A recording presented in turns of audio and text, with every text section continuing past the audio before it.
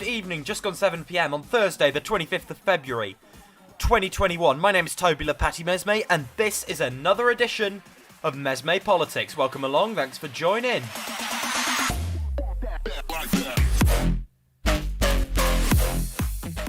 Okay, between now and 7:30, SNP disunity, Labour blocking progressive taxation. How is the Biden administration doing? We have another update. But first, local elections 2021. The battle is heating up. The lines are being drawn. The campaign has not yet begun, but we have a much clearer view of how it will shake down.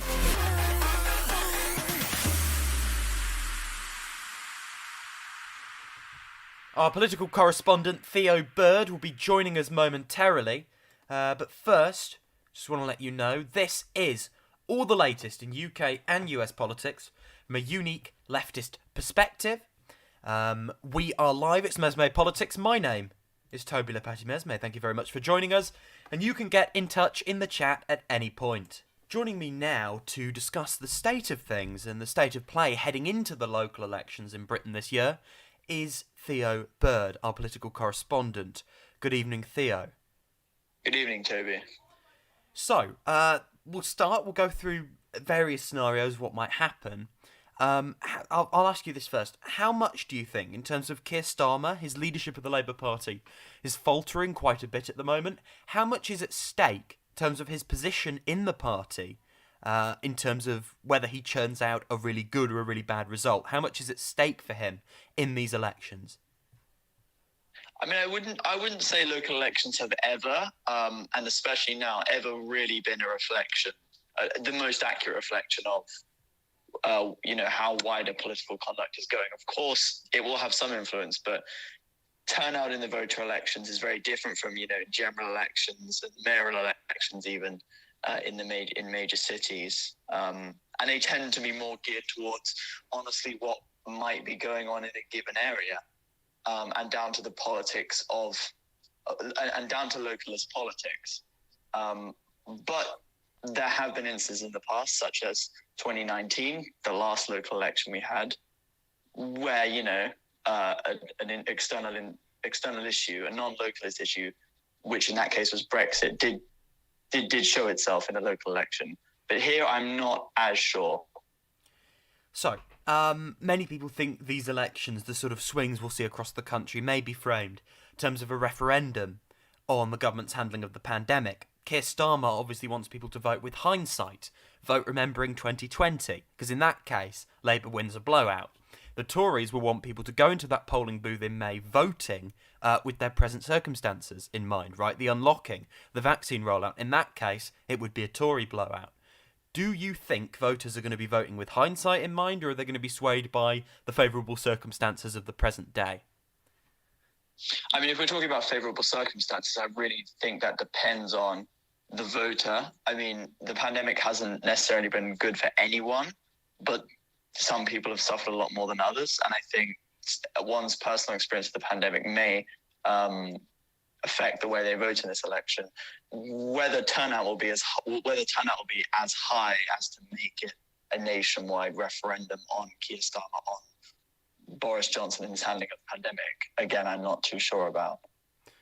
And do you think, in any way, you've sort of already answered this, but in any way do you think that this election will offer a prediction of how Boris Johnson and Keir Starmer match up together? Obviously, they'll both campaign, and it is the first chance for people en masse to vote, outside the internal dynamics of the two parties, to vote between Keir Starmer's party and Boris Johnson's party.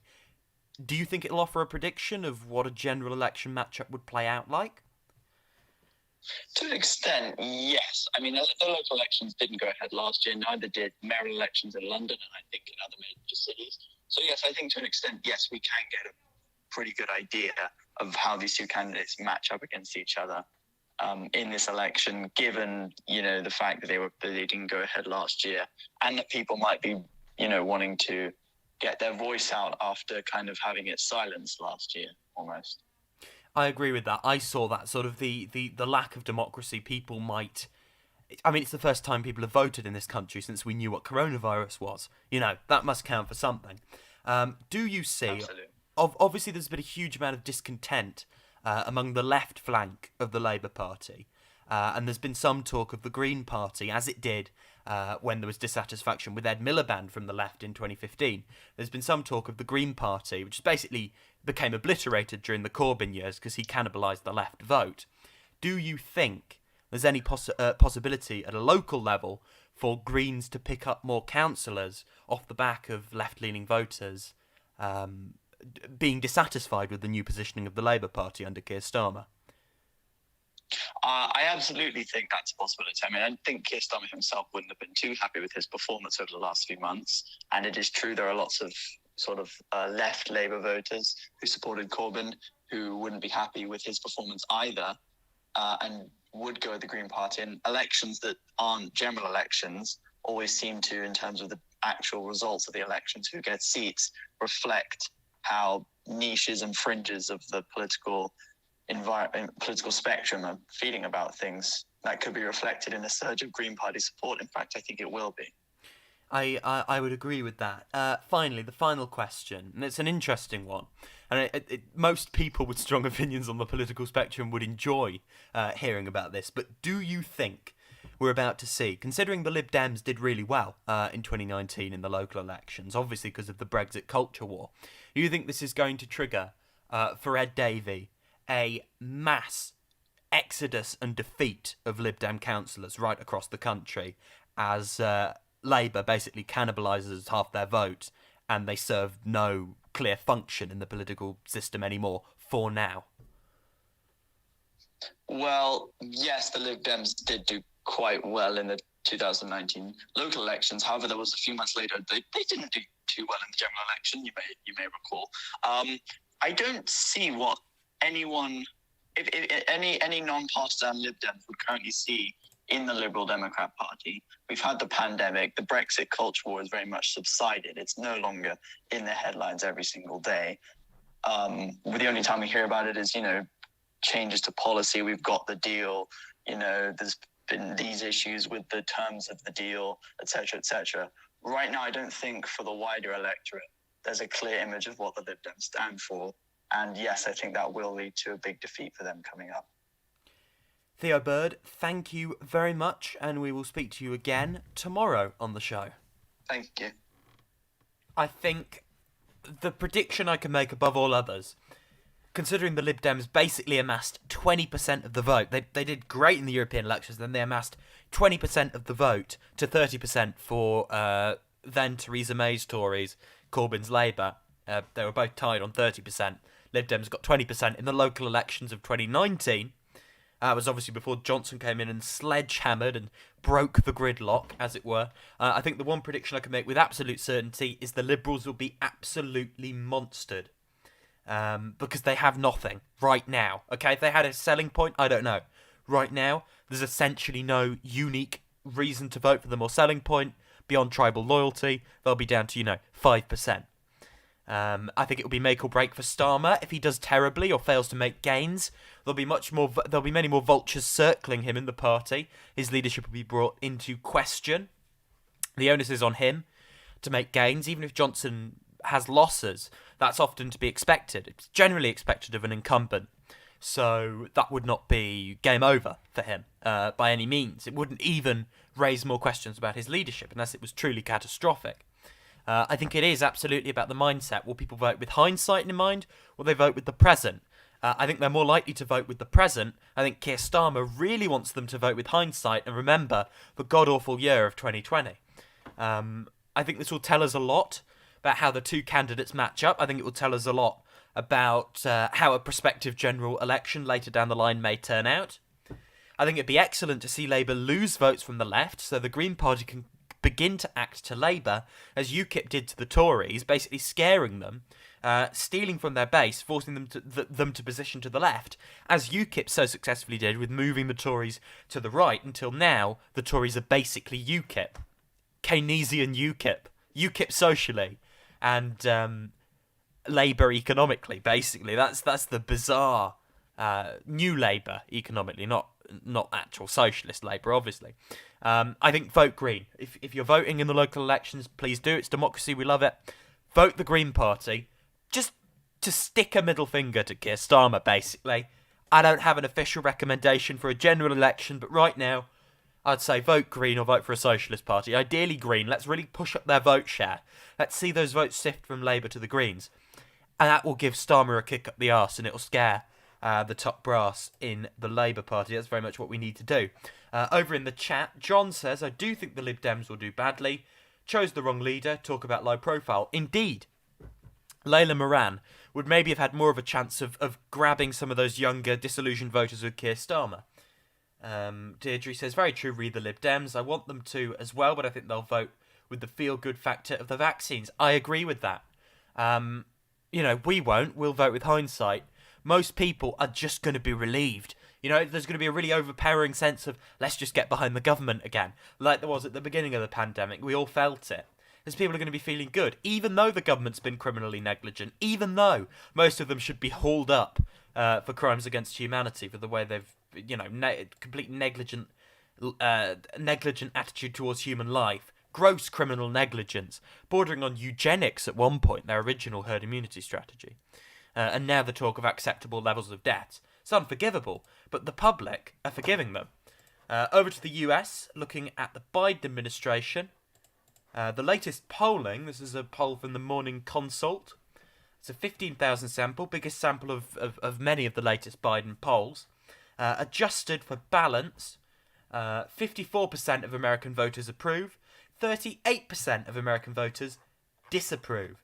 That is compared to his first ever Morning Consult poll, which had 50% of voters approving. So that's gone up, and 31% of voters disapproving. That has also gone up. So very much still more polarised than your average presidency, but also doing pretty well, all things considered. The first priority of the Biden administration now, before his first State of the Union, has to be passing the package, right? Passing the American Rescue Package. That's the first thing. He wants to do a recovery thing as well. This is the first thing. The damn thing has to cross the line. There are so many roadblocks to it, but passing that huge stimulus will do Democrats wonders politically. And here's Joe Biden last week talking about the need for the American Rescue Plan. It's very clear our economy is still in trouble. 15 million Americans are behind in the rental payments. 24 million adults and 12 million children literally don't have enough food to eat. These aren't Democrats or Republicans, they're Americans. I see enormous pain in this country. A lot of folks going hungry, staring at the ceiling tonight wondering, what am I going to do tomorrow? That's why I'm so grateful to the House and the Senate for moving so fast on the American Rescue Plan. Here's what's in that plan. First, it puts $160 billion into our national COVID-19 strategy, which includes more money for manufacturing, distribution, everything that's needed to get the vaccines into people's arms. The American Rescue Plan is going to keep the commitment of $2,000, $600 has already gone out, $1,400 checks to people who need it. This is money directly in people's pockets. It's got money to help us open our schools safely. It's big and it's bold, and it's a real answer to the crisis we're in. The way I see it, the biggest risk is not going too big, it's if we go too small. We can reduce suffering in this country. We can put people back to work. We can gain control of this virus. That's what the American Rescue Plan does. The challenge is getting the thing passed without everything means tested and removed, because not only Republicans but moderate Democrats, quote-unquote moderate Democrats, are basically trying to burn the house down, shit the bed, if you will, in terms of passing this, shitting the legislative bed in Congress, because this is big. It's bigger than anything Obama tried, and if it passes, Joe Biden, milquetoast moderate Joe Biden, will have passed one of the most ambitious investment packages in modern American history since at least the Reagan era. And it has many progressive aspects to it, mixed in with all the hideousness you'd expect coming out of the cesspit of Congress. Meanwhile, we are still looking at and working for a progressive wave in 2022. The congressional elections, I think the only way to suck the wind from the right, in terms of an insurgency on the scale of the Tea Party, but more like a QAnon insurgency of many Marjorie Taylor Greene type characters, the only way to combat that is to take the anti-establishment sentiment and have a wave of progressives coming into Congress in 2022 that make 2018 and 2020 look small fry. It's a big challenge. We're not going to be bankrolled by the Koch brothers or by Goldman Sachs. But by God, that is the only way to A, keep Democrats in control of both houses of Congress, thus securing, even the slimmest chance of any progressive change, or even just stopping people's rights being actively rolled back. At the same time, it is the only way to prevent the far right from gaining a further foothold and possibly full legislative control, full control of the legislative agenda come January 2023. Now, there is a lot of culture warring around the Equality Act. Here is Congresswoman Mary Newman talking about why it needs to pass. It's a really excellent move from Biden in terms of securing things like trans rights and LGBTQ rights into law, long overdue. Have a listen. I rise today on behalf of the millions of Americans who continue to be denied housing, education, public services, and much, much more because they identify as members of the LGBTQ community. Americans like my own daughter, who years ago bravely came out to her parents as transgender. I knew from that day on my daughter would be living in a nation where most of its states she could be discriminated against merely because of who she is. And yet, it was still the happiest day of my life, and my daughter has found her authentic self.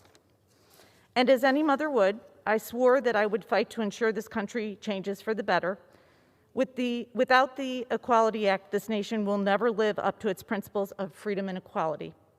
The right time to pass this act was decades ago. The second best time is right now. Hear, hear. There's a culture war around this. It is astroturfing.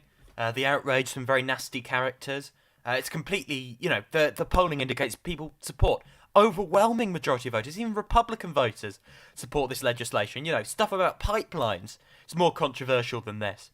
There are some really nasty people. However, in Britain, can't throw stones because we're even worse on transgender rights here. We're even more backwards on attitudes in particular to transgender women in this country, and aspects of trans cis equality more generally.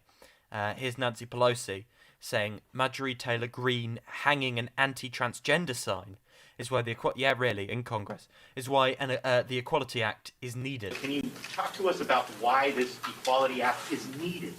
And secondly, about the Republicans calling it an attack on religious liberty and religious freedom and open up to lawsuits. Thank you for the question. I love talking about the Equality Act.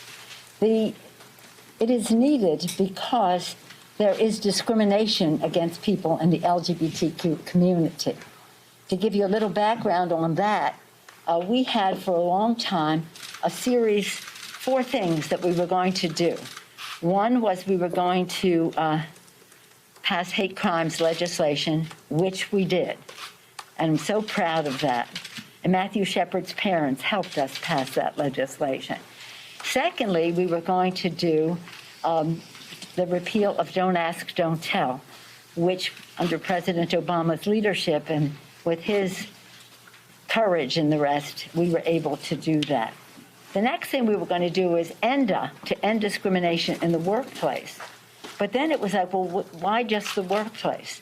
Why not in every aspect of the economy and of our society? So we went to the Equality Act so that it was more comprehensive than just in the workplace. And that's where we are now. And our fourth was not our doing, it was the courts, was marriage equality. And the courts took care of that for us. So the piece that was remaining of the 4 that we set out to do a number of years ago is the now the Equality Act. Its manifestation earlier was ENDA, but we broadened it. And it is necessary because I wish it weren't.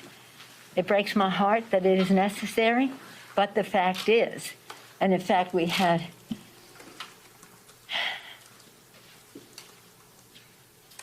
a sad event here even this morning demonstrating the need for us to have respect. Not even just respect, but take pride.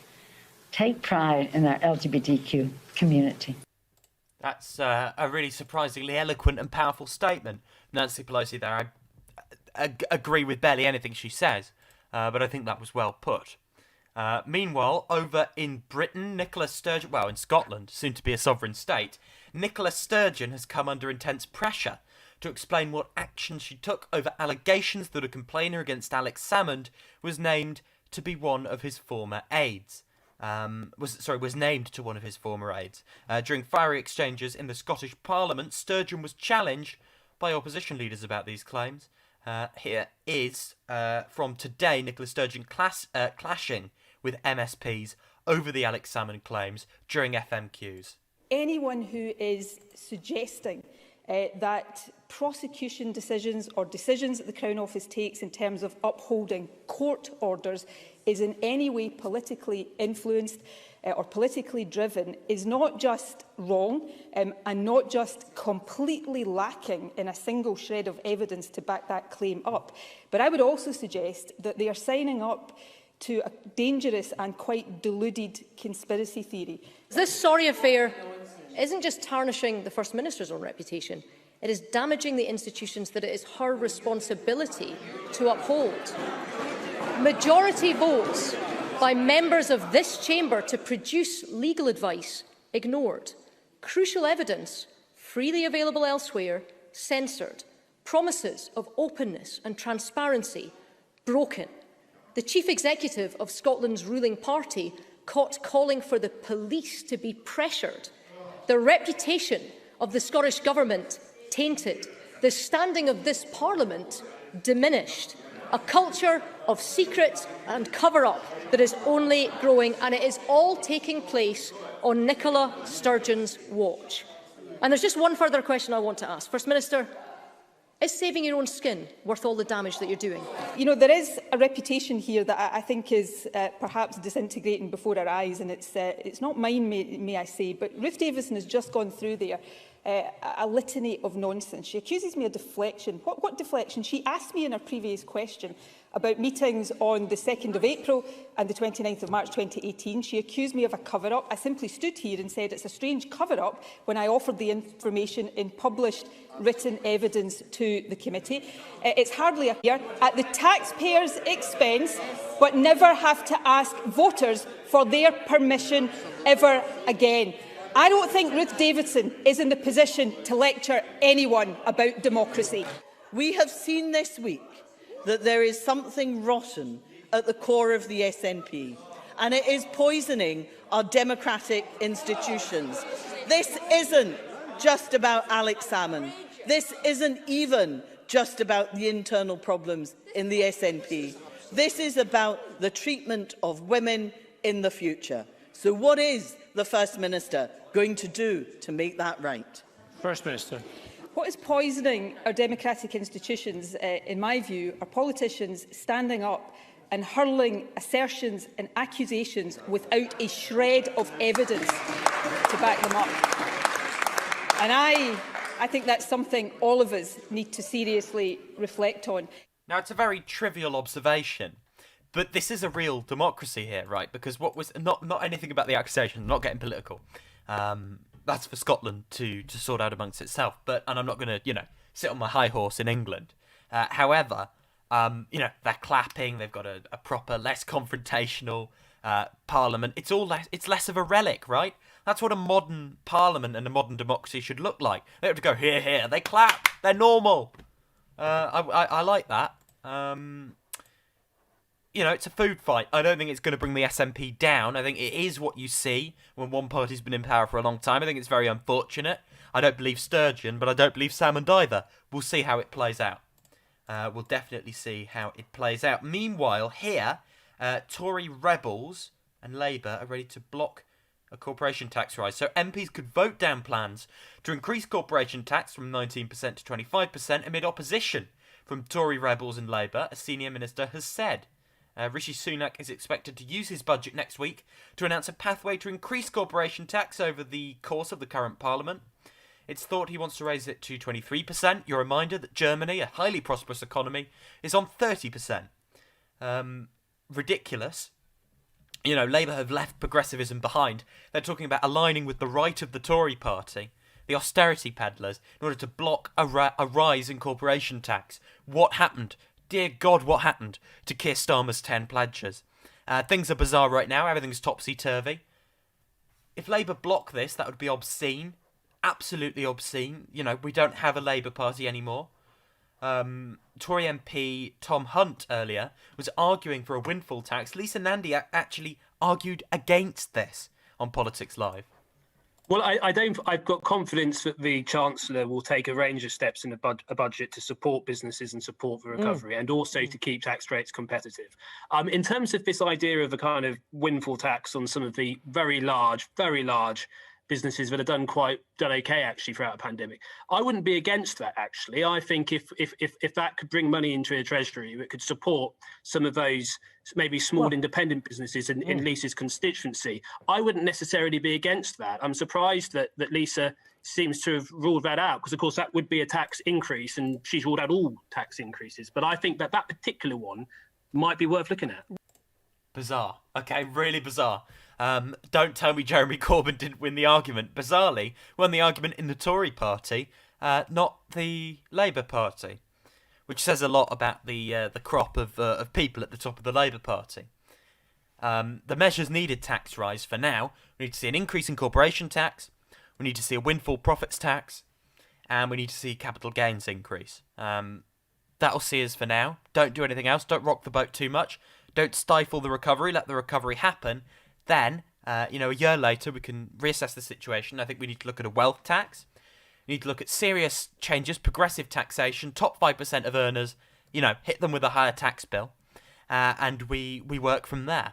Taxes are not the be-all and end-all. They never have been. However, wealth tax and increase in the top 5% earners paying tax is what we need in the longer term. In the short term, capital gains increase, windfall profits, and, of course, want to see corporation tax go up. Those things are what we need to see right now, because those are the things that won't stifle the economic recovery. So Labour is being a bit silly, saying, this will stifle the recovery, this will. Not really. It's not as simple as that. Certain things will do. A rise in corporation tax will not. Even the business community. The CBI is briefing that they agree with that. So Keir Starmer is under pressure to back future rises in corporation tax after a backlash when he said he'd oppose any new tax on business. Treasury officials are believed to be looking at increasing it even up to 25% from 19%. We're lower than many places around the world. Shockingly lower than many places around the world. If I get the figures up. So Germany's 30.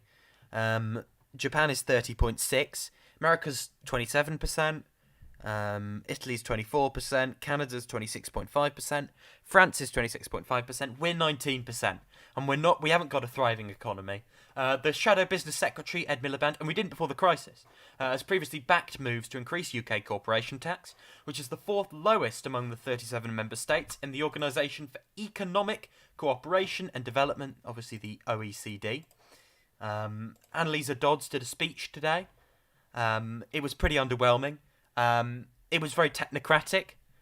And it was vacuous, there was nothing new. Bit of talk of business, but nothing huge. And in terms of, helping small enterprise, you're not talking about access to capital. You're not talking about, importantly, rent caps. You're not talking about all these things. The biggest issue is rents. You're not talking about rents. You won't hit the landlords. That's how you help small business. And that's what we need to hear about. I maintain Labour's 2019 manifesto was the most pro-small business, not we have 500 employees and call ourselves a small business. Small business, because that's what most people who go on TV and say they own a small business are. Genuine small business, most pro-genuine small business manifesto in the history of this country in 2019.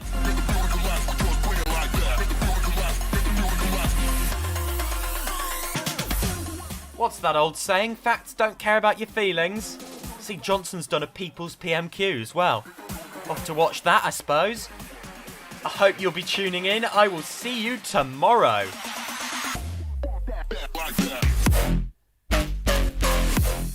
Don't start. It's my job to listen to it. Anyway, we are back tomorrow for the last show of the week. Same time, same place. This is MesmePolitics. I'm Toby Lepetti-Mesme. Thank you for listening. You can email me, tobyjoshua2004@gmail.com. You are now up to date for the next 24 hours with all the latest in UK and US politics from a unique leftist perspective. We'll be back getting very angry for another half hour tomorrow. And Theo will be joining us Theo Bird, our political correspondent, will be joining us to discuss the political spectrum in Britain going all a bit topsy-turvy.